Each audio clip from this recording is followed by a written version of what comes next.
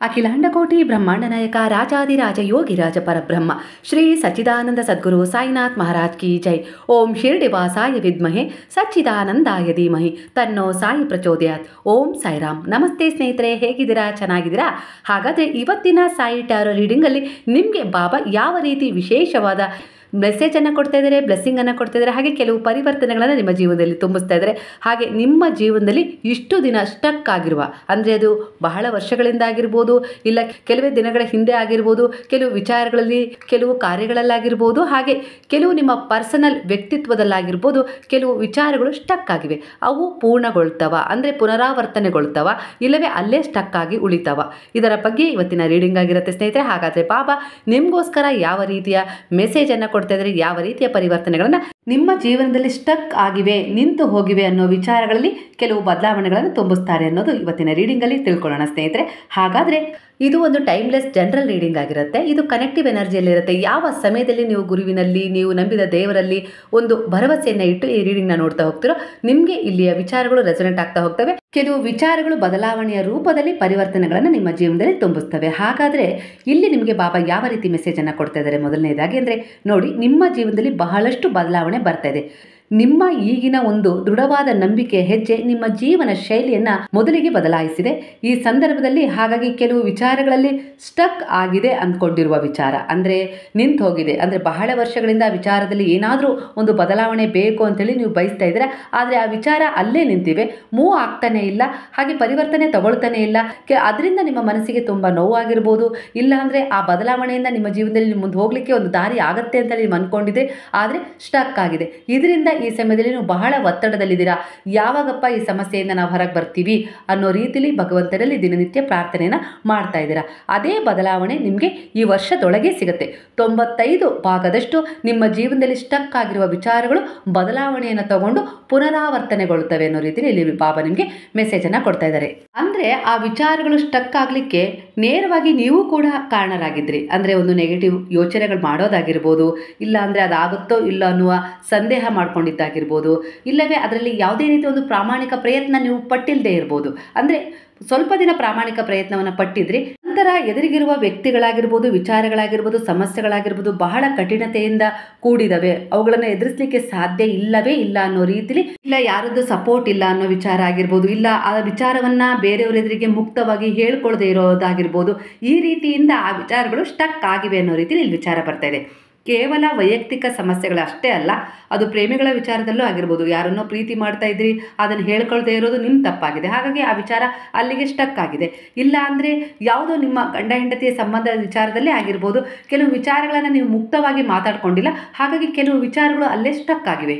ಏನೇ ಇರಲಿ ವಿಚಾರ, ಅದರಲ್ಲಿ ಧೈರ್ಯವಾಗಿ ಮುಂದುವರೆದಾಗ ಅದರಲ್ಲಿರುವ ಸತ್ಯ ಆಗಿರ್ಬೋದು, ಇಲ್ಲ ಅಂದರೆ ಅದರಲ್ಲಿ ಯಾವ ಅಭಿಪ್ರಾಯಗಳನ್ನು ನಿಮ್ಮ ಎದುರಿಗಿರೋರು ಹೊಂದಿದ್ದಾರೆ ಅನ್ನೋ ವಿಚಾರ ಆಗಲಿ ನಿಮಗೆ ತಿಳಿತಾ ಹೋಗುತ್ತೆ. ಹಾಗಾಗಿ ಧೈರ್ಯವಾಗಿ ನೀವು ಮುನ್ನುಗ್ಗಿ ಅನ್ನೋ ರೀತಿಲಿ ಇಲ್ಲಿ ವಿಚಾರ ಬರ್ತಾ ಇದೆ. ಅಂದರೆ ಹಳೆಯ ನೆನಪುಗಳನ್ನಾಗಿರ್ಬೋದು, ಇಲ್ಲ ಹಳೆಯ ವಿಚಾರಗಳನ್ನಾಗಿರ್ಬೋದು, ಇಲ್ಲ ಯಾರೋ ನೋವು ಕೊಟ್ಟದ್ದಾಗಿರ್ಬೋದು, ಇಲ್ಲ ಮೋಸ ಮಾಡಿದ್ದಾಗಿರ್ಬೋದು, ಎಷ್ಟು ಅಂತ ಚಿಂತಿಸ್ತಾ ಹೋಗ್ತೀರಾ, ಎಷ್ಟು ಅಂತ ಚಿಂತಿಸ್ತಾ ಇರ್ತೀರೋ ಅಷ್ಟರವರೆಗೂ ನಿಮ್ಮ ಜೀವನದಲ್ಲಿ ನೀವು ಮುಂದುವರಿಲಿಕ್ಕೆ ಸಾಧ್ಯ ಆಗೋದಿಲ್ಲ. ಹಾಗಾಗಿ ಆ ವಿಚಾರಗಳನ್ನು ಸಾಯಿಸ್ಬಿಡಿ, ಅಂದರೆ ಅಂತ್ಯಗೊಳಿಸಿ, ಮುಂದೆ ನುಗ್ಗಿ ಅನ್ನೋ ರೀತಿಯಲ್ಲಿ ಬಾಬಾ ನಿಮಗೆ ಹೇಳ್ತಾ ಇದ್ದಾರೆ. ಆಗಲೇ ಹೊಸದು ಹುಟ್ಕೊಳ್ಳೋಕ್ಕೆ ಸಾಧ್ಯ, ಹಳೆದನ್ನು ಕೊಂದಾಗಲೇ ಹೊಸದು ಅಲ್ಲಿ ಹುಟ್ಕೊಳ್ಳೋಕ್ಕೆ ಸಾಧ್ಯ ಮಾಡ್ಕೊಳಕ್ಕಾಗತ್ತೆ ಅನ್ನೋ ರೀತಿಯಲ್ಲಿ ಬಾಬಾ ಹೇಳ್ತಾ ಇದ್ದಾರೆ.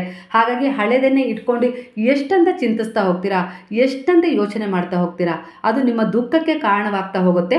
ಅಂದರೆ ಹಳೆಯ ಗಾಯವನ್ನು ಕೆದಕಿದಷ್ಟು ಗಾಯ ಮಾಯೋದಿಲ್ಲ, ಅದು ಇನ್ನೂ ನೆನಪುಗಳನ್ನು, ಕಹಿ ನೆನಪುಗಳನ್ನು ನಿಮ್ಮ ಜೀವನದಲ್ಲಿ, ನಿಮ್ಮ ಮನಸ್ಸಿನಲ್ಲಿ ಜೀವಂತವಾಗಿಡತ್ತೆ. ಹಾಗಾಗಿ ಅವುಗಳನ್ನು ಪಾಠದ ರೂಪದಲ್ಲಿ ತಗೊಳ್ಳಿ, ಜೀವನದಲ್ಲಿ ನೀವು ಮುಂದುವರಿಲೇಬೇಕು. ಆಗ ನಿಮ್ಮ ಜೀವನದಲ್ಲಿ ಕೆಲವು ವಿಚಾರಗಳಲ್ಲಿ ಸ್ಟಕ್ ಆಗಿದೆ ಅಂತ ಹೇಳಿ ಏನು ಅನ್ಕೊಂಡಿದ್ದೀರಲ್ಲ, ಅದಕ್ಕೂ ಹೋಗ್ತಾ ಇಲ್ಲ, ಪರಿವರ್ತನೆನೂ ತಗೊಳ್ತಾ ಇಲ್ಲ, ನಿಂತ ನೀರಾಗ್ಬಿಟ್ಟಿದೆ, ಹೇಗಪ್ಪ ಈ ರೀತಿಯಲ್ಲಿ ನಾನು ಜೀವನ ಸಾಗಿಸೋದು ಅನ್ನೋ ರೀತಿಯಲ್ಲಿ ನೀವು ಕೆಲವು ಚಿಂತೆಗಳಲ್ಲಿ ಮುಳುಗಿದಿರಲ್ಲ, ಅವೆಲ್ಲದರಲ್ಲೂ ನಿಮಗೆ ಪರಿಹಾರ ಸಿಗುತ್ತೆ, ಪರಿವರ್ತನೆ ಸಿಗುತ್ತೆ. ಹಾಗಾಗಿ ಮುಂದುವರಿರಿ ಅನ್ನೋ ರೀತಿಯಲ್ಲಿ ಇಲ್ಲಿ ಬಾಬಾ ನಿಮಗೆ ಬ್ಲೆಸ್ಸಿಂಗ್ ಕೊಡ್ತಾ ಇದ್ದಾರೆ. ಈ ಸಮಯದಲ್ಲಿ ನೀವು ಆ ವಿಚಾರಗಳಲ್ಲಿ ಮುಂದುವರಿಬೇಕು ಅಂತೇಳಿ ಅನ್ಕೊಂಡಿದ್ದೀರಾ, ಎಲ್ಲೋ ಒಂದು ರೀತಿಯಲ್ಲಿ ಅಧೈರ್ಯ ಕಾಡ್ತಾ ಇರ್ಬೋದು, ಇಲ್ಲ ಯಾರು ಏನು ಅನ್ಕೊಳ್ತಾರೆ ಅನ್ನೋ ವಿಚಾರ ನಿಮ್ಮ ಮನಸ್ಸಲ್ಲಿ ಒಂದು ದುರ್ಬಲತೆಯನ್ನು ತುಂಬ್ತಾ ಇರ್ಬೋದು, ಬೇರೆಯವರ ನಕಾರಾತ್ಮಕ ಒಂದು ಪ್ರಭಾವ ನಿಮ್ಮ ಮೇಲೆ ಒಂದು ನೆರಳಿನಂತೆ ಕಾಡ್ತಾ ಇರ್ಬೋದು. ಎಲ್ಲವೂ ಕೂಡ ಇಲ್ಲಿ ಒಂದಲ್ಲ ಒಂದು ರೀತಿ ಅಡ್ಡಿ ಆತಂಕಗಳನ್ನ ಈ ಸಮಯದಲ್ಲಿ ಮೂಡಿಸ್ತಾ ಇದೆ ಅನ್ನುವ ಸಂದೇಹ ನಿಮ್ಮಲ್ಲಿ ಇದೆ. ಸಂದೇಹವನ್ನು ಬಿಟ್ಟು ನಿಮ್ಮ ಜೀವನದಲ್ಲಿ ನೀವು ಏನು ಅಂದ್ಕೊಂಡಿದ್ರೋ ಅದು ಸಾಧನೆ ಮಾಡ್ತೀರಾ, ಇಲ್ಲ ವಿಚಾರಗಳಲ್ಲಿ ಪುನರಾವರ್ತನೆಯನ್ನು ತಗೊಳ್ಳುತ್ತಾ ವಿಚಾರ ಅನ್ನೋ ನಂಬಿಕೆ ಇಟ್ಟು ಮುಂದೆ ಸಾಕ್ತಿರೋ ಆ ಸಮಯದಲ್ಲಿ ಅದರಲ್ಲಿ ನಿಮಗೆ ಒಂದು ಬಿಡುಗಡೆ, ಒಂದು ಬದಲಾವಣೆ ಖಂಡಿತವಾಗಿಯೂ ನಿಮ್ಮನ್ನು ಅರಸುತ್ತೆ. ಹಾಗೆ ಕೆಲವು ಸೋಲ್ ಎನರ್ಜಿಗಳು ಕೂಡ ಈ ಸಮಯದಲ್ಲಿ ನಿಮ್ಮ ಸಹಾಯಕ್ಕೆ ಬರ್ತವೆ ಅನ್ನೋ ರೀತಿಯಲ್ಲಿ ಬಾಬಾ ಹೇಳ್ತಾ ಇದ್ದಾರೆ. ಅಂದರೆ ನಿಮ್ಮ ಸುತ್ತ ನೆಗೆಟಿವ್ ಎನರ್ಜಿನೇ ಇಲ್ಲ, ನಿಮ್ಮ ಸುತ್ತ ಪಾಸಿಟಿವ್ ಎನರ್ಜಿ ಕೂಡ ಇದೆ. ಕೇವಲ ನೀವು ನಿಮ್ಮ ಜೀವನದಲ್ಲಿ ನಕಾರಾತ್ಮಕತೆಯನ್ನೇ ಸಂಪಾದನೆ ಮಾಡಿಲ್ಲ, ಒಳ್ಳೆಯದನ್ನು ಕೂಡ ಸಂಪಾದನೆ ಮಾಡಿದ್ದಾರೆ. ಹಾಗಾಗಿ ಈ ಸಮಯದಲ್ಲಿ ಬಾಬಾ ಹೇಳ್ತಾ ಇದ್ದಾರೆ, ನಿಮ್ಮ ಕರ್ಮ ನಿಮಗೆ ಪನಿಷ್ಮೆಂಟ್ ಅಲ್ಲ, ನಿಮ್ಮ ಕರ್ಮ ನಿಮಗೆ ಒಂದು ಪಾಠ, ನಿಮ್ಮ ಮುಂದಿನ ಜೀವನಕ್ಕೆ ಒಂದು ಒಳ್ಳೆಯ ತಿರುವು, ಒಂದು ಒಳ್ಳೆಯ ಉದ್ದೇಶ, ಒಂದು ಒಳ್ಳೆಯ ಅವಕಾಶ, ಒಂದು ಒಳ್ಳೆಯ ಅದೃಷ್ಟವನ್ನು ತರ್ತಾ ಇದೆ. ಹಾಗಾಗಿ ಚಿಂತಿಸೋದು ಬೇಡ, ಎಲ್ಲ ರೀತಿಯಲ್ಲೂ ಬದಲಾವಣೆ ಸಿಗತ್ತೆ, ಮುಂದುವರಿಯಿರಿ ಅನ್ನೋ ರೀತಿಯಲ್ಲಿ ಇಲ್ಲಿ ಬಾಬಾ ನಿಮಗೆ ಹೇಳ್ತಾ ಇದ್ದಾರೆ. ಧೈರ್ಯವಾಗಿ ನೀವು ಏನನ್ನು ಪಡ್ಕೊಳ್ಬೇಕು ಅಂತಿದ್ರೋ, ಯಾವ ರೀತಿ ವಂಚನೆ ಆಗ್ತಾ ಇದೆಯೋ ಅದೆಲ್ಲವನ್ನು ಎದುರಿಸಿ ನೀವು ಮುಂದೆ ಸಾಗಿ, ಪರಿವರ್ತನೆ ನಿಮಗೆ ಸಿಕ್ಕೇ ಸಿಗುತ್ತೆ ಅನ್ನೋ ರೀತಿಯಲ್ಲಿ ಇಲ್ಲಿ ಬಾಬಾ ಬ್ಲೆಸ್ಸಿಂಗ್ ಮಾಡ್ತಾ ಇದ್ದಾರೆ. ದೃಢವಾದ ಆತ್ಮವಿಶ್ವಾಸದೊಂದಿಗೆ ನೀವು ಮುನ್ನುಗ್ಗಿ, ನಿಮ್ಮ ಸುತ್ತ ಕೆಲವು ಸೋಲ್ ಎನರ್ಜಿಗಳು ಕೂಡ ಸಹಾಯಕ್ಕೆ ನಿಲ್ತವೆ. ಹಾಗೆ ಬಾಬಾರವರ ಅವರ ಕೂಡ ನಿಮಗೆ ಸಹಾಯ ಮಾಡುತ್ತೆ. ಅಂದರೆ ಬಾಬಾರವರ ಸುತ್ತಮುತ್ತ ಬಾಬಾರವರಲ್ಲಿರುವ ಒಂದು ಅವರ ಎಷ್ಟು ಪರಿಶುದ್ಧವಾಗಿರುತ್ತೆ ಅಂತ ಹೇಳಿ ಲೆಕ್ಕ ಹಾಕಿ, ಅಂಥ ಒಂದು ಶ್ರೇಷ್ಠತೆ, ಅಂಥ ಒಂದು ವಿಭಿನ್ನವಾದ ಶಕ್ತಿಗಳು, ಅಂಥ ಒಂದು ಪರಿಪೂರ್ಣವಾದ ಅನುಭವ, ವರ್ಚಸ್ಸು, ಶೋಭೆ ಈ ಸಮಯದಲ್ಲಿ ನಿಮ್ಮ ಸುತ್ತ ನಿಮಗೆ ಸಹಾಯ ಮಾಡಲಿಕ್ಕೆ ಎಲ್ಲ ರೀತಿಯಲ್ಲೂ ಸಿದ್ಧತೆ ನಡೆಸಿದೆ. ನೀವು ಅದರ ಮೇಲೆ ನಂಬಿಕೆ ಇಟ್ಟು ನೀವು ಮುಂದುವರೆದಾಗ ನಿಮ್ಮ ಜೀವನದಲ್ಲಿ ಸ್ಟಕ್ ಆಗಿದೆ ಅಂತ ಹೇಳಿ ಅಂದ್ಕೊಂಡಿರುವ ಕೆಲಸಗಳಲ್ಲಿ ಪ್ರಗತಿಯನ್ನು ಕಾಣ್ತೀರಾ. ಅಂದರೆ ಯಾವ ವಿಚಾರಗಳಲ್ಲಿ ಸ್ಟಕ್ ಆಗಿದೆ ಅಂತೇಳಿ ನೀವು ಅಂದ್ಕೊಂಡಿದ್ರೋ ಆ ವಿಚಾರವನ್ನು ಸ್ವಲ್ಪ ಅಲುಗಾಡಿಸಿ ಈ ಸಮಯದಲ್ಲಿ ಒಂದು ಆತ್ಮವಿಶ್ವಾಸದಿಂದ, ಆಗ ಅವು ಸಂಚಾಲಿತಗೊಳ್ತವೆ. ನೀವು ಅವು ಎಲ್ಲಿ ನಿಂತಿದ್ದಾವೋ ಅಲ್ಲೇ ನಿಂತಿರುವಂತೆ ನೀವು ಕೆಲವೊಂದು ಸಾರಿ ಮಾಡ್ಕೊಂಡಿದ್ದೀರಾ. ಹಾಗಾಗಿ ಆ ವಿಚಾರಗಳು ಅಲ್ಲೇ ನಿಂತಿದ್ದಾವೆ, ಅವುಗಳನ್ನು ಸ್ವಲ್ಪ ಕೆದಕಿ ನೋಡಿ, ಒಂದು ಆತ್ಮವಿಶ್ವಾಸದಿಂದ ಅದರಲ್ಲಿ ಬದಲಾವಣೆ ನಿಮಗೆ ಸಿಗುತ್ತೆ ಅನ್ನೋ ರೀತಿ ಇಲ್ಲಿ ನಿಮಗೆ ಬಾಬಾರವರ ಸಕಾರಾತ್ಮಕ ಶೋಭೆ ಎಲ್ಲವೂ ಕೂಡ ಈ ಸಮಯದಲ್ಲಿ ನಿಮ್ಮ ಸಹಾಯಕ್ಕೆ ನಿಲ್ತವೆ. ಹಾಗಾಗಿ ನೀವು ಹೆದರೋದು ಬೇಡ, ಸ್ಟಕ್ ಆಗಿದೆ ಅನ್ನುವ ವಿಚಾರವನ್ನು ಸ್ವಲ್ಪ ಅಲುಗಾಡಿಸಿ ನೋಡಿ, ನಾನು ನಿಮ್ಮ ಜೊತೆಗಿದ್ದೀನಿ ಅನ್ನೋ ಭಾವ ನಿಮಗೆ ಅರಿವಿಗೆ ಬರುತ್ತೆ. ಹಾಗಾಗಿ ನೀವು ಮೌನವಾಗಿರೋದು ಬೇಡ, ಸ್ಟಕ್ ಆಗಿದೆ ಅನ್ನೋ ವಿಚಾರವನ್ನು ಈ ಸಮಯದಲ್ಲಿ ಸ್ವಲ್ಪ ಅಲುಗಾಡಿಸಿ, ಕೆದಕಿ ಅನ್ನೋ ರೀತಿಯಲ್ಲಿ ಬಾಬಾ ಹೇಳ್ತಾ ಇದ್ದಾರೆ. ಹಾಗಾಗಿ ಅವು ಮುಂದುವರಿಲಿಕ್ಕೆ ಒಂದು ದಾರಿ ಮಾಡಿಕೊಡಿ ಅಂತ ಹೇಳಿ ನಿಮಗೆ ವಿಶ್ವಾಸವನ್ನು ತುಂಬಿಸ್ತಾ ಇದ್ದಾರೆ. ಸ್ಟಕ್ ಆಗಿದೆ ಅಂತೇಳಿ ನಿಮ್ಗೆ ಅನ್ನಿಸ್ತಾ ಇದೆಯೋ ಆ ವಿಚಾರವನ್ನು ಬಾಬಾರವರ ಪಾದಗಳಿಗೆ ನಂಬಿಕೆ ಇಟ್ಟು ಸಮರ್ಪಣೆ ಮಾಡಿ, ಹಾಗೆ ನೀವು ನಂಬಿದ ದೇವರುಗಳಲ್ಲೂ ಕೂಡ ಒಂದು ಪ್ರಾರ್ಥನೆಯನ್ನು ಮಾಡಿಕೊಂಡು, ನಿಮ್ಮ ಪೂರ್ವಜರಲ್ಲೂ ಕೂಡ ಒಂದು ಪ್ರಾರ್ಥನೆಯನ್ನು ಮಾಡಿಕೊಂಡು ನಿಮ್ಮ ತಂದೆ ತಾಯಿಯ ಆಶೀರ್ವಾದವನ್ನು ಪಡ್ಕೊಳ್ಳಿ. ಹಾಗೆ ಯಾರು ನಿಮಗೆ ಒಳ್ಳೆಯದನ್ನು ಬಯಸ್ತಾರೆ ಅಂತೇಳಿ ನಿಮ್ಮ ಆತ್ಮಸಾಕ್ಷಿ ಹೇಳುತ್ತೋ ಅವರ ಆಶೀರ್ವಾದವನ್ನು ಪಡ್ಕೊಂಡು ಆ ವಿಚಾರದಲ್ಲಿ ಮುಂದುವರಿರಿ. ಖಂಡಿತವಾಗಿಯೂ ಆ ಸ್ಟಕ್ ಆಗಿರುವ ವಿಚಾರಗಳು ಇನ್ನು 3 ತಿಂಗಳಲ್ಲಿ ಫಲಿತಾಂಶದ ರೂಪದಲ್ಲಿ ಪರಿವರ್ತನೆ ಕಂಡುಕೊಳ್ತವೆ. ಆಗ ನೀವು ಖುಷಿಯನ್ನು ಹೊಂದುತ್ತೀರಾ, ಖುಷಿಯನ್ನು ಪಡ್ತೀರಾ ಅನ್ನೋ ರೀತಿಯಲ್ಲಿ ಇಲ್ಲಿ ಬಾಬಾ ನಿಮಗೆ ಬ್ಲೆಸ್ಸಿಂಗ್ ಕೊಡ್ತಾ ಇದ್ದಾರೆ. ಅಂದರೆ ಈಗಿನ ಸಮಯದಲ್ಲಿ ನೀವೇನು ಒಂದು ದೃಢವಾದ ಹೆಜ್ಜೆಯನ್ನು ಇಟ್ಟಿದ್ದೀರಲ್ಲ, ನಿಮ್ಮ ಜೀವನ ಶೈಲಿಯನ್ನು ಬದಲಾಯಿಸ್ಕೊಂಡಿದ್ದೀರಲ್ಲ, ಖಂಡಿತವಾಗಿಯೂ ಅದು ನಿಮಗೆ ಆ ಸ್ಟಕ್ ಆಗಿರುವ ವಿಚಾರಗಳಲ್ಲಿ ಒಂದು ಪರಿಣಾಮಕಾರಿಯಾದ ಒಂದು ಬದಲಾವಣೆಯನ್ನು ತರ್ತಾ ಇದೆ. ಹಾಗಾಗಿ ಹೆದರೋದು ಬೇಡ, ಯಾವ ವಿಚಾರವೇ ಆಗಿರಲಿ ಸ್ಟಕ್ ಆಗಿದೆ ಅಂತ ಹೇಳಿ ಅಂದ್ಕೊಂಡಿದ್ದೀರಲ್ಲ ಆ ವಿಚಾರವನ್ನು ಸ್ವಲ್ಪ ಅಲುಗಾಡಿಸಿ ಅಂದರೆ ಜಾಗೃತಗೊಳಿಸಿ, ಅಂದರೆ ಅವುಗಳನ್ನು ಕೆದಕಿ ಪ್ರಾಮಾಣಿಕವಾಗಿ ಪ್ರಯತ್ನ ಪಡಿ, ಖಂಡಿತವಾಗಿ ಒಳ್ಳೆಯದಾಗತ್ತೆ. ಅಂದರೆ ಈ ಸಮಯದಲ್ಲಿ ಸಂತೋಷ ನಿಮ್ಮ ಎದುರಾಗ್ತಾ ಇದೆ ಅಂತ ಹೇಳಿ ಇಲ್ಲಿ ಮೆಸೇಜ್ ಬರ್ತಾ ಇದೆ. ಅಂದರೆ ಯಾವುದೋ ಒಂದು ವ್ಯಕ್ತಿಯ ವಿಚಾರದಲ್ಲಿ ನೀವು ಬಹಳ ನೊಂದ್ಕೊಂಡಿದ್ರಿ, ಅದು ನಿಮ್ಮ ವೈಯಕ್ತಿಕ ವಿಚಾರದಲ್ಲೇ ಆಗಿರ್ಬೋದು, ಅಂದರೆ ಗಂಡ ಹೆಂಡತಿ ಯಾವುದೇ ರೀತಿ ಒಂದು ವೈಯಕ್ತಿಕ ಸಂಬಂಧದಲ್ಲಾಗಿರ್ಬೋದು. ಅಂದರೆ 3ನೇ ವ್ಯಕ್ತಿ ಅದರಲ್ಲಿ ಪ್ರವೇಶ ಮಾಡಿ ನಿಮ್ಮ ಜೀವನದಲ್ಲಿ ಒಂದು ಬಿರುಕು ಮೂಡಿತ್ತಲ್ಲ, ಆ ವ್ಯಕ್ತಿಗೆ ತಮ್ಮ ತಪ್ಪಿನ ಅರಿವಾಗಿ ಅವರು ನಿಮ್ಮನ್ನು ಸೇರುವ ಸಂದರ್ಭ, ಅಂದರೆ ಮರಳಿ ಬರ್ತಾರೆ ನಿಮ್ಮ ಬಳಿ ಅನ್ನೋ ರೀತಿಲಿ, ಇದರಿಂದ ನೀವು ತುಂಬ ಸಂತೋಷಗೊಳ್ತೀರಾ ಅನ್ನೋ ರೀತಿಲಿ ಇಲ್ಲಿ ವಿಚಾರ ರೆಸನೇಟ್ ಆಗ್ತಾ ಇದೆ. ಅವರು ದೂರ ಇದ್ದಾಗ ತುಂಬ ನೋವನ್ನು ಹಾಗೆ ಒಂಟಿತನದ ಫೀಲನ್ನು ನೀವು ಅನುಭವಿಸಿದಿರಾ, ಇಲ್ಲ ಅಂತಲ್ಲ. ಆದರೆ ಇಷ್ಟು ವರ್ಷಗಳ ಇಲ್ಲದ ಪ್ರೀತಿ ಈಗ ಯಾಕೆ ಅಂತೇಳಿ ಕೆಲವೊಂದು ಸಾರಿ ನಿಮಗೆ ಅನಿಸಿದೆ. ಆದರೂ ಕೂಡ ಮನಸ್ಸಲ್ಲಿ ಎಲ್ಲೋ ಒಂದು ಮೂಲೆಯಲ್ಲಿ ಅವ್ರು ಬೇಕೇ ಬೇಕು ಅನ್ನುವ ಹಂಬಲ ಕೂಡ ಇದೆ, ಕಾಯುವಿಕೆ ಕೂಡ ಇದೆ. ಆ ಕಾಯುವಿಕೆ ಕೊನೆಗೊಳ್ತಾ ಇದೆ. ಖಂಡಿತ ಅವ್ರ ಮನಸ್ಸಲ್ಲಿ ಈಗ ನಿಮ್ಮ ಬಗ್ಗೆ ಒಂದು ಒಳ್ಳೆಯ ಅಭಿಪ್ರಾಯ ಮೂಡಿದೆ. ಅಭಿಪ್ರಾಯ ಒಳ್ಳೇದಿರಲಿಲ್ಲ ಅಂತಲ್ಲ, 3ನೇ ವ್ಯಕ್ತಿ ಬಗ್ಗೆ ಬಹಳ ಒಂದು ಮೋಹ ಇತ್ತು. ಆ ಮೋಹ ಈಗೆಲ್ಲೋ ಒಂದು ರೀತಿಯಲ್ಲಿ ಕಡಿಮೆ ಆಗ್ತಾ ಇದೆ. ಖಂಡಿತ ಅವರು ಸತ್ಯವನ್ನು ಅರ್ಥ ಮಾಡ್ಕೊಂಡು ನಿಮ್ಮ ಬಳಿ ಬರ್ತಾರೆ ಅನ್ನೋ ರೀತಿಯಲ್ಲಿ ಇಲ್ಲಿ ಮೆಸೇಜ್ ಬರ್ತಾ ಇದೆ.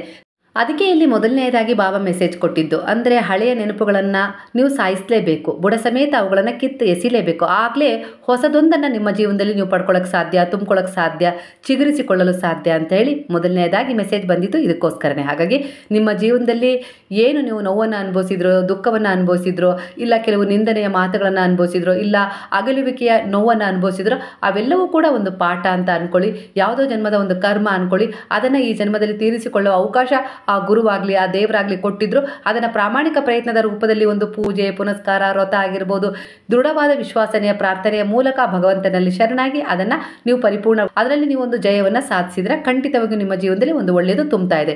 ಅದು ಪ್ರೇಮಿಗಳ ಜೀವನದಲ್ಲೂ ಆಗಿರ್ಬೋದು, ಅಂದರೆ ದೂರ ಆಗಿದ್ರಿ ಅವ್ರು ನಿಮ್ಮನ್ನು ಬಿಟ್ಟು ಹೋಗಿದ್ದಾಗಿರ್ಬೋದು, ಇಲ್ಲ ಅರ್ಥ ಮಾಡ್ಕೊಳ್ಳದೆ ಮೂರನೇ ವ್ಯಕ್ತಿ ಬಂದು ಅದರಲ್ಲಿ ಬಿರುಕು ಮೂಡಿಸಿದ್ದಾಗಿರ್ಬೋದು, ಎಲ್ಲವೂ ಕೂಡ ಬದಲಾವಣೆಯನ್ನು ತಗೊಳ್ತವೆ. ಸ್ವಲ್ಪ ಸಮಾಧಾನವಾಗಿರಿ, ತಾಳ್ಮೆಯಿಂದ ಇರಿ. ಮೌನವೇ ನಿಮ್ಮ ಜೀವನಕ್ಕೆ ಒಂದು ಗೆಲುವನ್ನು ತಂದುಕೊಡುತ್ತೆ ಅನ್ನೋ ರೀತಿಯಲ್ಲಿ ಇಲ್ಲಿ ಬ್ಲೆಸ್ಸಿಂಗ್ ಕೂಡ ಬರ್ತಾ ಇದೆ. ಕೆಲವರ ಮುಖವಾಡ ಈ ಸಮಯದಲ್ಲಿ ಕಳಚಿ ಬೀಳುವ ಸಾಧ್ಯತೆ ಬಹಳಷ್ಟು ಹೆಚ್ಚಿರೋದ್ರಿಂದ ನಿಮ್ಮ ಜೀವನದಲ್ಲಿ ನೀವು ಸಂತೋಷವನ್ನು ತುಂಬಿಕೊಳ್ಳೋಕೆ ಸಾಧ್ಯವಾಗುತ್ತೆ. ಒಟ್ಟಾರೆಯಾಗಿ ನೀವು ಮಾಡಿರುವ ಒಂದು ಪೂಜೆಗಾಗಿರ್ಬೋದು, ಒಳ್ಳೆಯ ಕರ್ಮದ ಸೇವೆಗಳಿಂದ ಆಗಿರ್ಬೋದು, ಈ ಸಮಯದಲ್ಲಿ ನಿಮ್ಮ ಬಳಿ ಸಂತೋಷ ಅನ್ನೋದು ಬರ್ತಾ ಇದೆ.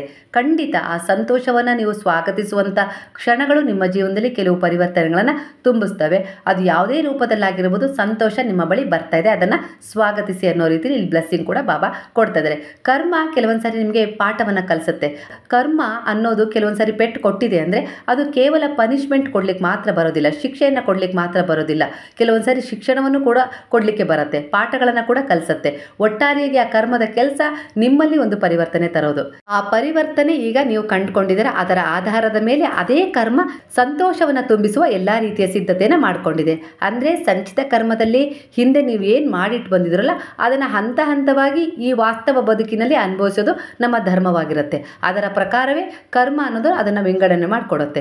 ಆದರೆ ಈ ಸಮಯದಲ್ಲಿ ಕೆಲವೊಂದು ಸರಿ ತುಂಬ ಅತಿರಿಕ್ತವಾದ ಕೆಟ್ಟ ಕರ್ಮಗಳನ್ನು ಅನುಭವಿಸುವ ಸಂದಿಗ್ಧ ಸ್ಥಿತಿ ನಿಮ್ಮಲ್ಲಿದ್ದರೂ ಕೂಡ ನಿಮ್ಮಲ್ಲಾದ ಒಂದು ಒಳ್ಳೆಯ ಪರಿವರ್ತನೆ ಆಗಿರ್ಬೋದು, ನೀವು ಮಾಡಿರುವ ಒಂದು ಒಳ್ಳೆಯ ಸೇವೆ ಆಗಿರ್ಬೋದು, ಧರ್ಮ ಆಗಿರ್ಬೋದು, ಈ ಸಮಯದಲ್ಲಿ ನಿಮ್ಮನ್ನು ರಕ್ಷಿಸ್ತಾ ಇದೆ. ಹಾಗಾಗಿ ಆ ಕರ್ಮ ಕೂಡ ತನ್ನ ಪಥವನ್ನು ಬದಲಾಯಿಸಿದೆ. ಅಂದರೆ ಯಾವ ರೀತಿ ವ್ಯತಿರಿಕ್ತ ಪರಿಣಾಮವನ್ನು ಬೀರದೆ ನಿಮ್ಮ ಜೀವನದಲ್ಲಿ ಕೆಲವು ಸಂತೋಷಗಳನ್ನು ತುಂಬಿಸ್ತಾ ಇದೆ ಅನ್ನೋ ರೀತಿಯಲ್ಲಿ ಬಾಬಾ ಬ್ಲೆಸ್ಸಿಂಗ್ ಮಾಡ್ತಾ ಇದ್ದಾರೆ. ಯಾವುದಕ್ಕೂ ಹೆದರೋದು ಬೇಡ. ಮನುಷ್ಯರಾದ ಮೇಲೆ ಕೆಲವು ತಪ್ಪುಗಳಾಗೋದು ಸಹಜ, ಇಲ್ಲ ಅಂತಲ್ಲ. ಆ ತಪ್ಪುಗಳು ನಿಮ್ಮಿಂದನೂ ಕೆಲವೊಂದು ಸಾರಿ ಆಗಿದೆ.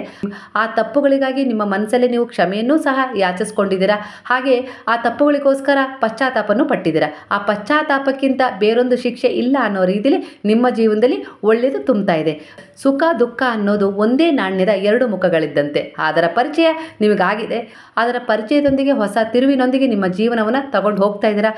ಖಂಡಿತ ನಿಮ್ಮ ಜೊತೆ ಈ ಸಮಯದಲ್ಲಿ ಒಳ್ಳೆಯ ಬ್ಲೆಸ್ಸಿಂಗ್ ನಿಮ್ಮ ತಾಯಿಯದ್ದಾಗಿರ್ಬೋದು, ತಂದೆಯದ್ದಾಗಿರ್ಬೋದು, ಈ ಸಮಯದಲ್ಲಿ ಹೇರಳವಾದ ಬ್ಲೆಸ್ಸಿಂಗ್ ನಿಮ್ಮ ಸಹಾಯಕ್ಕೆ ನಿಂತಿದೆ. ನಿಮ್ಮ ಪಿತೃಗಳ ಆಶೀರ್ವಾದ ಈ ಸಮಯದಲ್ಲಿ ನಿಮಗೆ ಬಲ ತುಂಬಿಸ್ತಾ ಇದ್ದೇವೆ. ನೀವು ನಂಬಿದ ಗುರುವಿನ ಬಲ ಈ ಸಮಯದಲ್ಲಿ ತುಂಬ ಹೆಚ್ಚಿಗೆ ಇರೋದ್ರಿಂದ ನಿಮ್ಮ ಜೊತೆ ಅವರು ನಿಮ್ಮ ಜೀವನದಲ್ಲಿ ಯಾವುದನ್ನು ಕಳ್ಕೊಳ್ಬೇಕು, ಯಾವುದನ್ನು ಪಡ್ಕೊಳ್ಬೇಕು ಅನ್ನೋ ರೀತಿಯಲ್ಲಿ ನಿಮಗೆ ಸರಿ ತಪ್ಪುಗಳನ್ನು ಕಲಿಸ್ತಾ ಇದ್ದಾರೆ. ಇದರಿಂದ ನೀವು ಕೆಲವು ಪರಿವರ್ತನೆಗಳನ್ನು ತಂದುಕೊಂಡು ಜೀವನದಲ್ಲಿ ಮುಂದುವರಿಲಿಕ್ಕೆ ಎಲ್ಲ ರೀತಿಯಲ್ಲೂ ಸಿದ್ಧತೆಯನ್ನು ಮಾಡ್ಕೊಂಡಿದ್ದೀರಾ. ಕೆಲವೊಂದು ಸರಿ ತುಂಬ ದುಃಖದ ಕ್ಷಣಗಳನ್ನು ನೀವು ಅನುಭವಿಸ್ತೀರಾ, ಅಳ್ತೀರಾ.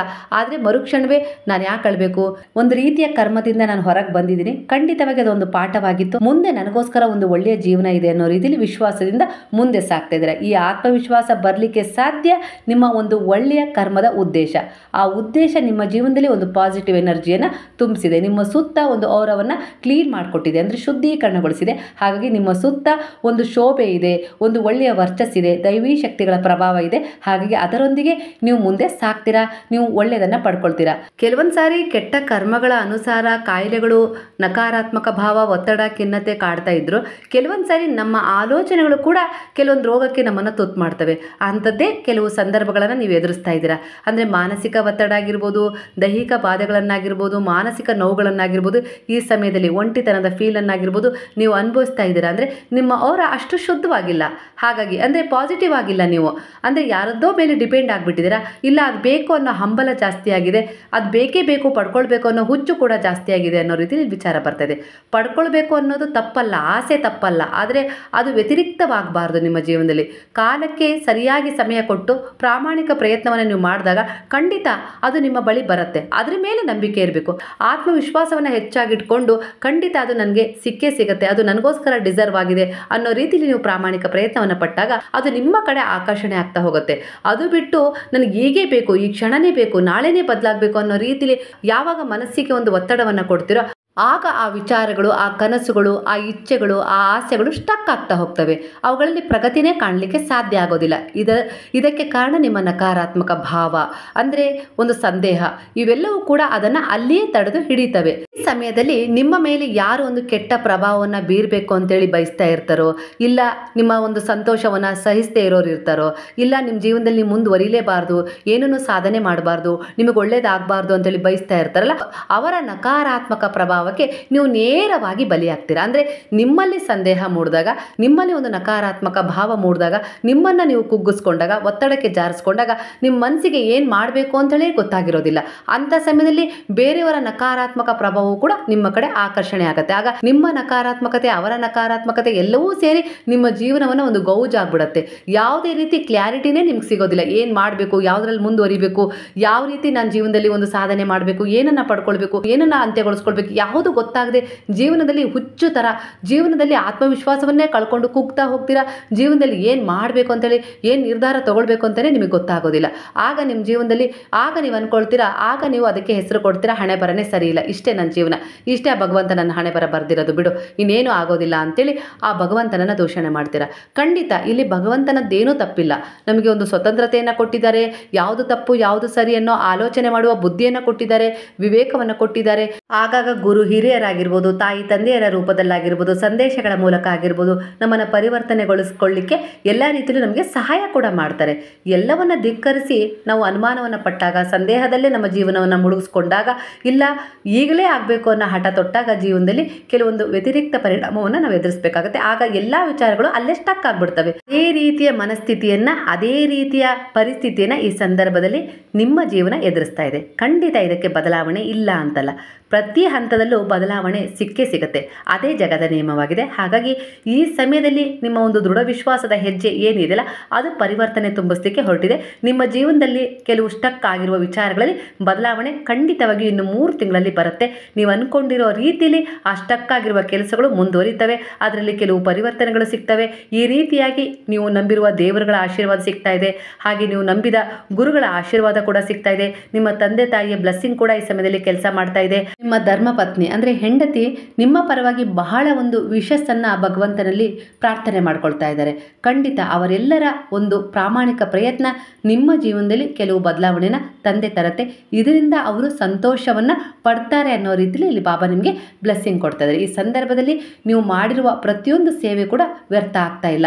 ಎಲ್ಲವೂ ಕೂಡ ಅರ್ಥಪೂರ್ಣವಾದ ಒಂದು ಬದಲಾವಣೆಯನ್ನು ನಿಮ್ಮ ಜೀವನದಲ್ಲಿ ತುಂಬಿಸ್ತಾ ಇದೆ. ನಂಬಿಕೆ ಇಡಬೇಕು. ಎಷ್ಟೋ ದಿನಗಳಿಂದ ನಾನು ಪೂಜೆ ಪುನಸ್ಕಾರ ವ್ರತ ಎಲ್ಲ ರೀತಿಯಲ್ಲೂ ಸೇವೆ ಮಾಡಿದ್ದೀನಿ, ಯಾವುದೇ ರೀತಿ ಪರಿವರ್ತನೆ ಸಿಕ್ಕಿಲ್ಲ ಅಂತೇಳಿ ನೀವು ಅಂದ್ಕೊಂಡಿದ್ದೀರಾ. ನಿರ್ಧಾರ ಮಾಡೋದಾಗಿರ್ಬೋದು, ಇಲ್ಲ ಜಡ್ಜ್ ಮಾಡೋದಾಗಿರ್ಬೋದು ನಿಮ್ಮ ಅಧಿಕಾರವಲ್ಲ. ಕರ್ಮದ ಅಧಿಕಾರ ಮಾತ್ರ ಭಗವಂತ ನಿಮಗೆ ಕೊಟ್ಟಿದ್ದಾನೆ. ಪ್ರಾಮಾಣಿಕ ಪ್ರಯತ್ನಕ್ಕೆ ತಕ್ಕ ಹಾಗೆ ಆ ಕರ್ಮದ ಫಲವನ್ನು ಅವರೇ ಸಮಯಕ್ಕೆ ಸರಿಯಾಗಿ ನಿರ್ಧಾರ ಮಾಡಿ ನಮಗೆ ಕೊಡ್ತಾರೆ. ಯಾಕಂದರೆ ಅದು ಯಾವ ಸಮಯಕ್ಕೆ ನಿಮಗೆ ಸಿಗಬೇಕೋ, ಹೇಗೆ ಸಿಗಬೇಕೋ ಅದರ ಪ್ರಕಾರವೇ ಅದು ಸಿಗುತ್ತೆ. ಆಗಲೇ ಅದು ನಿಮಗೆ ಉಪಯುಕ್ತವಾಗುತ್ತೆ. ಅಲ್ಲಿಯವರೆಗೂ ನೀವು ಜೀವನದಲ್ಲಿ ಕೆಲವು ದುಃಖಗಳನ್ನು, ಕಷ್ಟಗಳನ್ನು, ಸಮಸ್ಯೆಗಳನ್ನು, ಅವಮಾನಗಳನ್ನು ಅನುಭವಿಸ್ತಾ ಇದ್ದೀರಾ ಅಂದರೆ ಅವೆಲ್ಲವೂ ಪಾಠ, ಪರಿವರ್ತನೆ. ಆ ಪರಿವರ್ತನೆಗಳೊಂದಿಗೆ ನೀವು ಜೀವನದಲ್ಲಿ ಒಂದು ದೃಢವಾದ ವ್ಯಕ್ತಿತ್ವವನ್ನು ಹೊಂದುತ್ತೀರಾ. ವಿಶೇಷವಾದ ವ್ಯಕ್ತಿಯಾಗಿ ಹೊರಹೊಮ್ಮಲಿಕ್ಕೆ ಎಲ್ಲ ರೀತಿಯಲ್ಲೂ ಬಾಬಾ ನಿಮಗೆ ತಯಾರಿ ಮಾಡಿಸ್ತಾ ಇದ್ದಾರೆ. ಹಾಗಾಗಿ ಅಂದರೆ ಗುರುವು ತನ್ನಂತೆಯೇ ತನ್ನ ಶಿಷ್ಯನಾಗಬೇಕು ಅಂತೇಳಿ ಬಯಸ್ತಾ ಇದ್ದಾರೆ. ಹಾಗಾಗಿ ನಿಮ್ಮಲ್ಲೂ ಕೂಡ ಅವರಂಥ ದಯೆ, ಕರುಣೆ, ಪ್ರೇಮ, ಸೇವೆಯ ಭಾವಗಳನ್ನು ತುಂಬಿಸಿ ನೀವು ಕೂಡ ಒಂದು ಉತ್ತಮವಾದ ಸ್ಥಾನದಲ್ಲಿ ಇರಬೇಕು ಅಂತೇಳಿ ಆ ಗುರು ಬಯಸ್ತಾ ಇರೋದ್ರಿಂದ ನಿಮ್ಮ ಜೀವನದಲ್ಲಿ ಕೆಲವು ಕಠಿಣತೆಗಳನ್ನು ಎದುರಿಸಲೇಬೇಕಾಗತ್ತೆ. ಅದರಿಂದ ಕೆಲವು ಪಾಠಗಳನ್ನು ಕಲೀಲೇಬೇಕಾಗತ್ತೆ. ಕೆಲವು ಜನರನ್ನು ದೂರ ತಳ್ಳಲೇಬೇಕಾಗತ್ತೆ. ನಿಮ್ಮ ಸುತ್ತ ಇರುವ ಹಾಗೂ ಕೆಲವು ಜನರ ನಕಾರಾತ್ಮಕ ಭಾವದಿಂದ ನೀವೇ ರಕ್ಷಿಸಿಕೊಳ್ಳುವಂತಹ ವ್ಯಕ್ತಿತ್ವವನ್ನು ನೀವು ಹೊಂದಬೇಕಾಗತ್ತೆ, ಬುದ್ಧಿವಂತಿಕೆಯನ್ನು ಹೊಂದಬೇಕಾಗತ್ತೆ. ಹಾಗಾಗಿ ಕೆಲವು ಪರೀಕ್ಷೆಗಳನ್ನು ನೀವು ಎದುರಿಸಲೇಬೇಕು ಅನ್ನೋ ರೀತಿಯಲ್ಲಿ ಇಲ್ಲಿ ವಿಚಾರ ಬರ್ತಾ ಇದೆ. ನಿಮ್ಮ ಪ್ರೀತಿ ಪಾತ್ರರೊಂದಿಗೆ ಹೊರಗಡೆ ತಿರುಗಾಡುವ ಅವಕಾಶ ನಿಮಗೆ ಸಿಗುತ್ತೆ ಅನ್ನೋ ರೀತಿಯಲ್ಲಿ ಬರ್ತಾ ಇದೆ. ಇದರಿಂದ ನೀವು ಕೆಲವು ಸಂತೋಷದ ಕ್ಷಣಗಳನ್ನು ನಿಮ್ಮ ಜೀವನದಲ್ಲಿ ತುಂಬಿಸ್ಕೊಳ್ತೀರಾ. ಆ ನೆನಪುಗಳು ನಿಮ್ಮ ಜೀವನದಲ್ಲಿ ಅಚ್ಚಳಿಯದೆ ಉಳಿತವೆ ಅನ್ನೋ ರೀತಿಯಲ್ಲಿ ಇಲ್ಲಿ ವಿಚಾರ ಬರ್ತಾ ಇದೆ. ಹಾಗೆ ಯಾವುದೋ ಒಂದು ವಿಶೇಷವಾದ ವ್ಯಕ್ತಿ ನಿಮ್ಮ ಮನೆಗೆ ಬರ್ತಾರೆ, ಅದರಿಂದ ಕೂಡ ನಿಮ್ಮ ಜೀವನ ಜೀವನದಲ್ಲಿ ಕೆಲವು ಪರಿವರ್ತನೆಗಳು ಸಿಗ್ತವೆ. ಹಾಗೆ ನೀವು ಸಂತೋಷದಿಂದ ಇರ್ತೀರಾ ಅನ್ನೋ ರೀತಿಯಲ್ಲಿ ವಿಚಾರ ಬರ್ತಾ ಇದೆ. ಹಾಗೆ ನಿಮ್ಮ ಜೀವನದಲ್ಲಿ ನಿಮ್ಮ ಮಕ್ಕಳ ಬಗ್ಗೆ ನೀವೇನೊಂದು ಕನಸನ್ನು ಕಟ್ಕೊಂಡಿದ್ದೀರೋ, ಇಲ್ಲ ನಿಮ್ಮ ಗಂಡನ ಬಗ್ಗೆ ಒಂದು ಉತ್ತಮ ಸ್ಥಾನಕ್ಕೆ ಬರಬೇಕು, ಅವರಿಗೆ ಒಂದು ಗೌರವ ಆದರ ಸಿಗಬೇಕು ಅಂತೇಳಿ ಬಯಸ್ತಾ ಇದ್ದೀರಾ, ಅಂದರೆ ಅವರ ಇಷ್ಟು ವರ್ಷಗಳ ಶ್ರಮಕ್ಕೆ ಒಂದು ಪ್ರತಿಫಲ ಸಿಗಬೇಕು ಅಂತೇಳಿ ನೀವೇನು ಬಯಸ್ತಾ ಇದ್ದೀರಲ್ಲ, ಖಂಡಿತವಾಗಿಯೂ ಮುಂದಿನ ದಿನಗಳಲ್ಲಿ ಒಂದು 3 ತಿಂಗಳಲ್ಲೇ ಆ ಬದಲಾವಣೆಯನ್ನು ನೀವು ಕಾಣ್ತೀರಾ ಅನ್ನೋ ರೀತಿಯಲ್ಲಿ ಇಲ್ಲಿ ವಿಚಾರ ಬರ್ತಾ ಇದೆ. ವಿಚಾರ ಕೂಡ ನಿಮಗೆ ಖುಷಿ ಕೊಡುತ್ತೆ. ಹಾಗೆ ಸ್ವಲ್ಪ ಮೋಜು ಮಸ್ತಿಯ ದಿನಗಳನ್ನು ನೀವು ಕಳೀತೀರಾ. ಎಲ್ಲವೂ ಜೀವನಕ್ಕೆ ಅತ್ಯಗತ್ಯನೇ, ಇಲ್ಲ ಅಂತಲ್ಲ. ಅಂದರೆ ಕಷ್ಟ, ಸುಖ, ದುಃಖ, ಸಮಸ್ಯೆ, ಹಾಗೆ ಪರಿವರ್ತನೆ ಇವೆಲ್ಲವೂ ಕೂಡ ಜಗದ ನಿಯಮವೇ. ಅದಕ್ಕೆ ಅನುಸಾರವಾಗಿ ನಮ್ಮ ವ್ಯಕ್ತಿತ್ವವನ್ನು ವಿಶೇಷವಾಗಿಸಿಕೊಳ್ಳುವ ನಿಟ್ಟಿನಲ್ಲಿ ನಾವು ಪ್ರಾಮಾಣಿಕ ಪ್ರಯತ್ನವನ್ನು ಮಾಡಿದಾಗ, ಒಳ್ಳೆಯ ಉದ್ದೇಶದ ಕರ್ಮಗಳೊಂದಿಗೆ ನಮ್ಮ ಜೀವನವನ್ನು ತಗೊಂಡು ಹೋದಾಗ ಅದಕ್ಕೆ ಅತ್ಯುತ್ತಮವಾದ ಫಲವನ್ನೇ ಭಗವಂತ ಕೊಡ್ತಾನೆ. ಯಾಕಂದರೆ ನಮ್ಮನ್ನು ಯಾರೂ ಗಮನಿಸ್ತಾ ಇಲ್ಲ ಅಂತೇಳಿ ನಾವು ಅಂದ್ಕೊಂಡಿದ್ದೀವಿ. ನಮ್ಮ ಮೇಲಿರುವ ಭಗವಂತ ನಮ್ಮನ್ನು ಗಮನಿಸ್ತಾನೆ ಇರ್ತಾನೆ. ನಮ್ಮ ಆಗು ಹೋಗುಗಳಿಗೆ ನೇರವಾಗಿ ಅವರೇ ಕಾರಣವಾಗಿರ್ತಾರೆ. ಆ ಎಚ್ಚರಿಕೆಯನ್ನು ನೀವು ಜೀವನದಲ್ಲಿ ಮುಂದುವರೆದಾಗ ನಿಮ್ಮಿಂದ ತಪ್ಪುಗಳಾಗೋದು ಇಲ್ಲ, ತಪ್ಪುಗಳಾಗಲಿಕ್ಕೆ ಆ ಭಗವಂತ ಬಿಡೋದಿಲ್ಲ. ಆ ರೀತಿ ನಿಮ್ಮನ್ನು ಹಂತ ಹಂತವಾಗಿ ಸಮಯಕ್ಕೆ ಎಚ್ಚರಿಸ್ತಾ ಇದ್ದಾರೆ ಈ ಸಮಯದಲ್ಲಿ. ಹಾಗಾಗಿ ನೀವು ಪರಿವರ್ತನೆಗೊಂಡಿದ್ದೀರಾ. ಹಾಗಾಗಿ ಈ ಸಮಯದಲ್ಲಿ ನಿಮ್ಮ ಜೀವನದಲ್ಲಿ ಸ್ಟಕ್ ಆಗಿರುವ ವಿಚಾರಗಳು ಪರಿವರ್ತನೆಗೊಳ್ತವೆ, ಪುನರಾವರ್ತನೆಗೊಳ್ತವೆ. ಇದರಿಂದ ನಿಮ್ಮ ಜೀವನದಲ್ಲಿ ನೀವು ತುಂಬ ಸಂತೋಷವನ್ನು ಹೊಂದುತ್ತೀರಾ.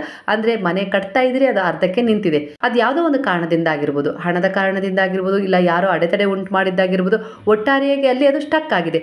ಅದರ ವಿಚಾರದಲ್ಲಿ ನೀವು ಬಹಳ ನೊಂದಿದ್ದೀರಾ. ಆ ವಿಚಾರ ಕೂಡ ಪರಿವರ್ತನೆಗೊಳ್ಳುತ್ತೆ, ಪುನರಾವರ್ತನೆಗೊಳ್ಳುತ್ತೆ ಆ ಕೆಲಸ ಅನ್ನೋ ರೀತಿಯಲ್ಲಿ ಇಲ್ಲಿ ವಿಚಾರ ಬರ್ತಾ ಇದೆ. ವಿಶ್ವಾಸದಿಂದ ಆ ಗುರುವಿನಲ್ಲಿ ಮೊರೆ ಹೋಗಿ, ಹಾಗೆ ನಿಮ್ಮ ಪೂರ್ವಜರಲ್ಲೂ ಕೂಡ ಒಂದು ಪ್ರಾರ್ಥನೆಯನ್ನು ಮಾಡ್ಕೊಳ್ಳಿ, ಹಾಗೆ ಗ್ರಾಮ ದೇವತೆಗಳಿಗೂ ಕೂಡ ಒಂದು ಹರಕೆಯನ್ನು ಮಾಡ್ಕೊಳ್ಳಿ ಅನ್ನೋ ರೀತಿಯಲ್ಲಿ ಇಲ್ಲಿ ಪಾಪ ನಿಮಗೆ ಮೆಸೇಜನ್ನು ಕೊಡ್ತಾ ಇದ್ದಾರೆ. ಕೆಲವೊಂದು ವಿಚಾರಗಳಲ್ಲಿ ಪರಿವರ್ತನೆಯನ್ನು ಕಂಡುಕೊಳ್ಬೇಕು ಅಂದರೆ ನಂಬಿಕೆ ಬಹಳ ಮುಖ್ಯವಾಗಿರುತ್ತೆ. ನಂಬಿಕೆ ನಿಮ್ಮ ಜೀವನದಲ್ಲಿ ಒಂದು ಬದಲಾವಣೆಯನ್ನು ತುಂಬಿಸೋದ್ರ ಜೊತೆಗೆ ನಿಮ್ಮ ಜೀವನದಲ್ಲಿ ನಿಮ್ಮನ್ನು ಸಕ್ಷಮರಾಗಿ ಬದುಕಲಿಕ್ಕೆ ಒಂದು ಅವಕಾಶವನ್ನು ಮಾಡಿಕೊಡುತ್ತೆ ಅನ್ನೋ ರೀತಿಯಲ್ಲಿ ಇಲ್ಲಿ ವಿಚಾರ ಬರ್ತದೆ. ಕೆಲವು ಕೆಟ್ಟ ಪರಿಸ್ಥಿತಿಗಳಿಂದಾಗಿರ್ಬೋದು, ಕೆಲವು ನೋವುಗಳಿಂದಾಗಿರ್ಬೋದು, ಕೆಲವು ದುಃಖಗಳಿಂದಾಗಿರ್ಬೋದು, ಕೆಲವು ಮೋಸಗಳಿಂದಾಗಿರ್ಬೋದು ಹೊರಗೆ ಬರುವಂಥ ಸಮಯ ಇದಾಗಿದೆ. ಅಂದರೆ ಒಳ್ಳೆಯ ಸಮಯ ಶುರುವಾಗಿದೆ. ಖಂಡಿತ ನಿಮ್ಮ ಜೀವನದಲ್ಲಿ ನೀವು ಬದಲಾವಣೆಯನ್ನು ಹೊಂದುತ್ತೀರಾ. ನಿಮ್ಮ ಜೀವನದಲ್ಲಿ ಸ್ಟಕ್ ಆಗಿರುವ ವಿಚಾರಗಳಲ್ಲಿ ನೀವು ಪ್ರಗತಿಯನ್ನು ಕಾಣ್ತೀರಾ. ಈ ಸಮಯದಲ್ಲಿ ಕೆಲವರು ಒಂದು ನೆಗೆಟಿವ್ ಎನರ್ಜಿಯ ಬಲೆಯಲ್ಲಿ ಸಿಕ್ಕಾಕೊಂಡಿದ್ದೀರಾ ಅನ್ನೋ ರೀತಿಯಲ್ಲಿ ಇಲ್ಲಿ ವಿಚಾರ ಬರ್ತಾ ಇದೆ. ಅಂದರೆ ಬೇರೆಯವರ ಕೆಟ್ಟ ದೃಷ್ಟಿಯಾಗಿರ್ಬೋದು, ಅವರ ನಕಾರಾತ್ಮಕ ಪ್ರಭಾವಕ್ಕೆ ನೀವು ಒಳಗಾಗಿದ್ದಾಗಿರ್ಬೋದು, ಇಲ್ಲ ಅಂದರೆ ಕೆಲವರು ನಿಮ್ಮ ಎದುರಿಗೆ ಚೆನ್ನಾಗಿರ್ತಾರೆ, ಹಿಂದೆ ನಿಮಗೆ ಒಳ್ಳೇದಾಗಬಾರ್ದು ಅಂತೇಳಿ ಬಯಸ್ತಾ ಇದ್ದಾರೆ.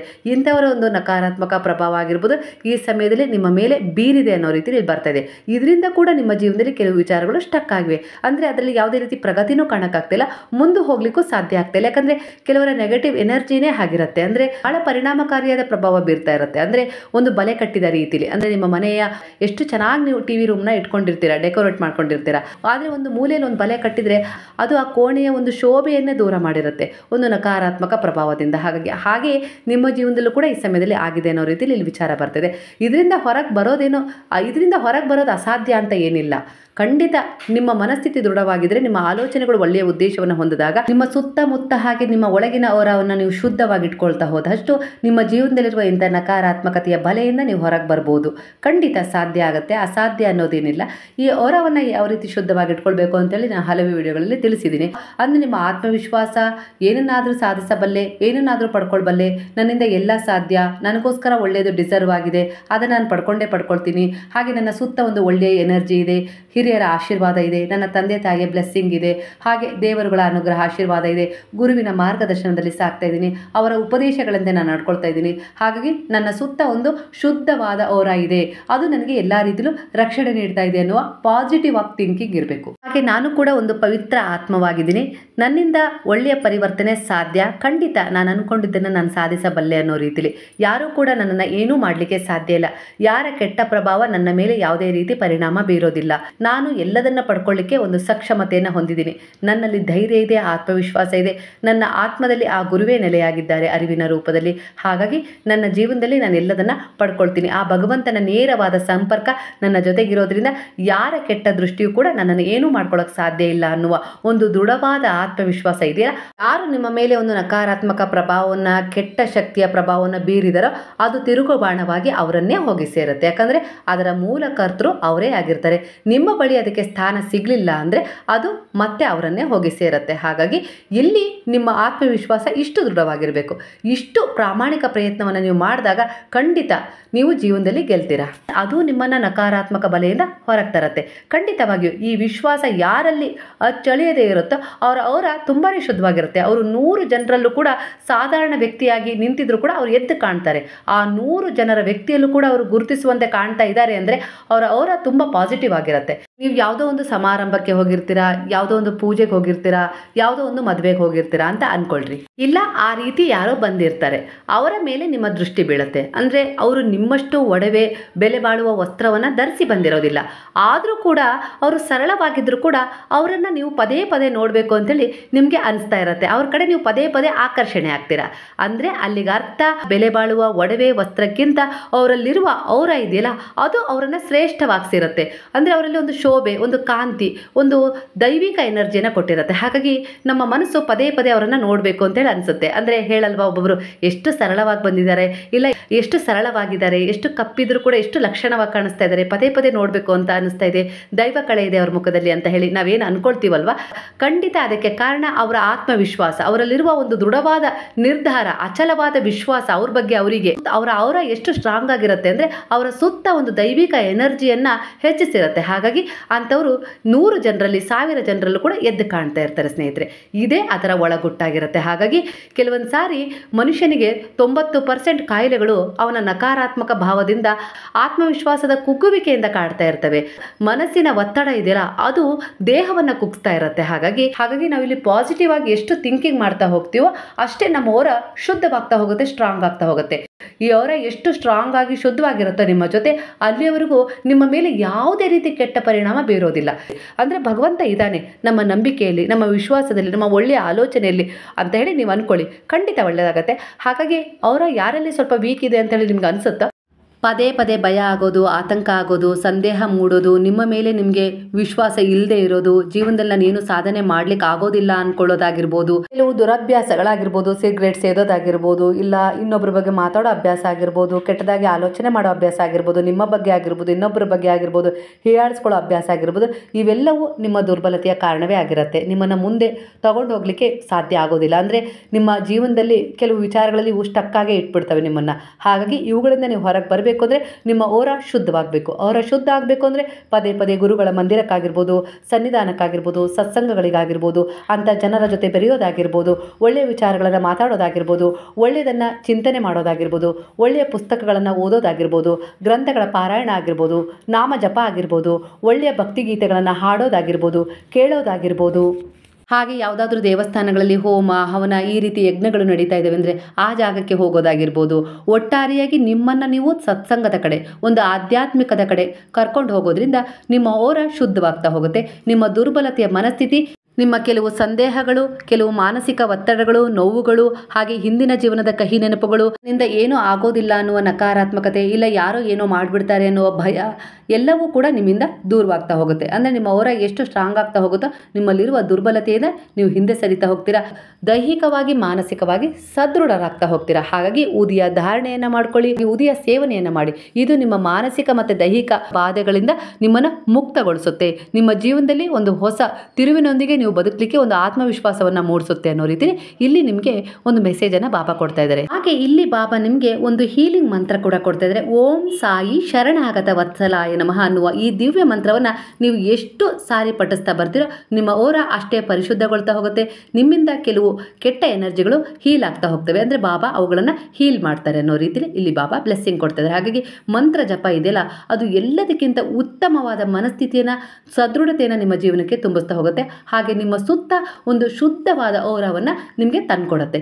ಇದರಿಂದ ನಿಮ್ಮ ಜೀವನದಲ್ಲಿ ಕೆಲವು ವಿಚಾರಗಳಲ್ಲಿ ಸ್ಟಕ್ ಆಗಿದೆ, ಮುಂದುವರಿತಾನೆ ಇಲ್ಲ, ಎಷ್ಟೇ ಪ್ರಯತ್ನ ಪಟ್ಟರು ಆ ವಿಚಾರಗಳಲ್ಲಿ ಪರಿವರ್ತನೆ ಸಿಗ್ತಾ ಇಲ್ಲ, ಯಾವುದೇ ರೀತಿ ಬದಲಾವಣೆ ಕಾಣ್ತಾ ಇಲ್ಲ ಅಂತ ಇದ್ದೀರಲ್ಲ, ಅದು ಯಾವುದೇ ರೀತಿ ಸಂಬಂಧಗಳಲ್ಲಾಗಿರ್ಬೋದು, ಇಲ್ಲ ವೈಯಕ್ತಿಕ ಜೀವನದಲ್ಲಾಗಿರ್ಬೋದು, ಇಲ್ಲ ಮದುವೆ ಆಗೋ ವಿಚಾರದಲ್ಲಾಗಿರ್ಬೋದು, ಕೆಲಸದ ವಿಚಾರದಲ್ಲಾಗಿರ್ಬೋದು, ಮಕ್ಕಳಾಗೋ ವಿಚಾರದಲ್ಲಾಗಿರ್ಬೋದು, ಯಾವ ರೀತಿ ಜೀವನ ಸ್ಟಕ್ ಆಗಿ ಹೋಗಿದೆ, ನಿಂತು ಹೋಗಿದೆ, ಯಾವುದೇ ರೀತಿ ಪರಿವರ್ತನೆನೇ ಸಿಗ್ತಾ ಇಲ್ಲ, ಎಲ್ಲ ರೀತಿಯಲ್ಲೂ ಪ್ರಾಮಾಣಿಕ ಪ್ರಯತ್ನ ಪಟ್ಟರು ಕೂಡ ಯಾವುದೇ ರೀತಿ ಪರಿವರ್ತನೆ ಸಿಗ್ತಾ ಇಲ್ಲ ಅಂತೇಳಿ ನಿಮ್ಮ ಮನಸ್ಸಲ್ಲಿ ಅಳುಕಿದೆ ಅಂದರೆ ನಿಮ್ಮ ಓರ ಸ್ವಲ್ಪ ವೀಕ್ ಇದೆ, ನಿಮ್ಮ ಆಲೋಚನೆಗಳಲ್ಲಿ ಸಂದೇಹವಿದೆ, ಹಾಗೆ ನಕಾರಾತ್ಮಕವಾಗಿ ನೀವು ಬಹಳ ಚಿಂತಿಸ್ತಾ ಇದ್ದೀರಾ. ಸ್ವಲ್ಪ ಕ್ಷಣ ಒಳ್ಳೆಯ ರೀತಿಯಲ್ಲಿ ಚಿಂತಿಸಿದರೆ ಮತ್ತೆ ಪದೇ ಪದೇ ನಕಾರಾತ್ಮಕ ಚಿಂತನೆಗಳಿಗೆ ಜಾರ್ತಾ ಇದ್ದೀರಿ. ಇದರಿಂದ ನಿಮ್ಮ ಸುತ್ತ ಇರುವ ಶತ್ರುಗಳ ನಕಾರಾತ್ಮಕ ಪ್ರಭಾವ ಬೇರೆ ಈ ಸಮಯದಲ್ಲಿ ನಿಮ್ಮ ಮೇಲೆ ಬೀರ್ತಾ ಇರೋದ್ರಿಂದ ಅವರ ನಕಾರಾತ್ಮಕತೆ ಒಂದೇ ರೀತಿಯಾಗಿ ಇರೋದ್ರಿಂದ ಒಂದೊಂದು ಸಾರಿ ಅವರ ನೇರ ಕೆಟ್ಟ ಪರಿಣಾಮಕ್ಕೆ ನೀವು ಒಳಗಾಗ್ತಾ ಇದ್ದೀರಾ. ಇದರಿಂದ ನಿಮ್ಮ ಜೀವನದಲ್ಲಿ ಕೆಲವು ವಿಚಾರಗಳಲ್ಲಿ ಸ್ಟಕ್ ಆಗ್ತಾ ಇದೆ ಅನ್ನೋ ರೀತಿಯಲ್ಲಿ ಇಲ್ಲಿ ವಿಚಾರ ಬರ್ತಾ ಇದೆ. ಹಾಗಾಗಿ ನೀವು ಆಗಾಗ ದೇವಸ್ಥಾನಗಳಿಗೆ ಭೇಟಿ ಕೊಡಬೇಕು. ಇದರಿಂದ ನಿಮ್ಮ ಓರ ಶುದ್ಧವಾಗ್ತಾ ಹೋಗುತ್ತೆ. ಹಾಗಾಗಿ ಬಾಬಾ ಆಗಾಗ ನಿಮಗೆ ಮೆಸೇಜ್ ಕೊಡೋದು, ಆಗಾಗ ನನ್ನನ್ನು ಭೇಟಿ ಮಾಡ್ತಾನೆ ಇರು ಅಂತೇಳಿ. ಇದರಿಂದ ಏನಾಗುತ್ತೆ ಅಂದರೆ ನೀವು ಅವರ ಹತ್ರ ಹೋಗಿ ಒಂದು ಪ್ರಾರ್ಥನೆಯನ್ನು ಮಾಡ್ತೀರಾ, ಅಲ್ಲಿ ಸ್ವಲ್ಪ ಹೊತ್ತು ಕುಳಿತುಕೊಂಡು ಬರ್ತೀರಾ ಅಂದರೆ ನಿಮ್ಮ ಓರ ಆ ಸಮಯದಲ್ಲಿ ಶುದ್ಧವಾಗ್ತಾ ಇರುತ್ತೆ. ಬಾಬಾ ನಿಮ್ಮನ್ನು ಹೀಲ್ ಮಾಡ್ತಾ ಇರ್ತಾರೆ ನಕಾರಾತ್ಮಕತೆಯಿಂದ. ಹಾಗಾಗಿ ಅವರು ನಿಮ್ಮನ್ನು ಆಗಾಗ ಕರೆಸ್ಕೊಳ್ತಾರೆ.